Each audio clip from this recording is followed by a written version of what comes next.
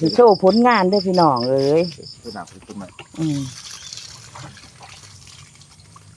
ดีเด้อตัวนี้บักเสานี่ตัวนี้เมื่อเช้านะจ๊ะโอ้ตัวใหญ่ตัวนี้นี่ตัวใหญ่ตัวหนักก็ปลาไหลตัวนี้ปลาไหลตัวหนึ่งอันนี้ปลาอันนั้นด้วยจะเด้อปลาอูเด้ออูปลาเดี๋ยวตัวนี้ไหวก้อนพ่อใหญ่เอาเท่ตัวนี้ไหวก้อนเดี๋ยวใส่กันตัวนี้บ่ตัวนี้เอาไปพุ่นเอาเทละเปาะแม่ตัวนี้บักเสาเนาะลงไปนี่มันมีปลาไหลบักเสา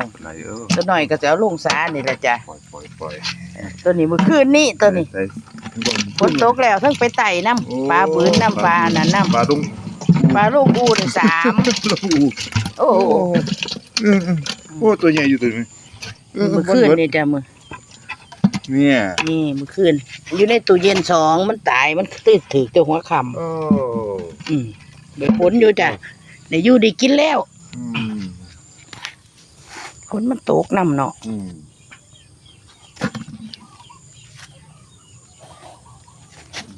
ฝนตกบักแห้งทั้งลงครับตัวใหญ่ออกเอาต้นไปปล่อย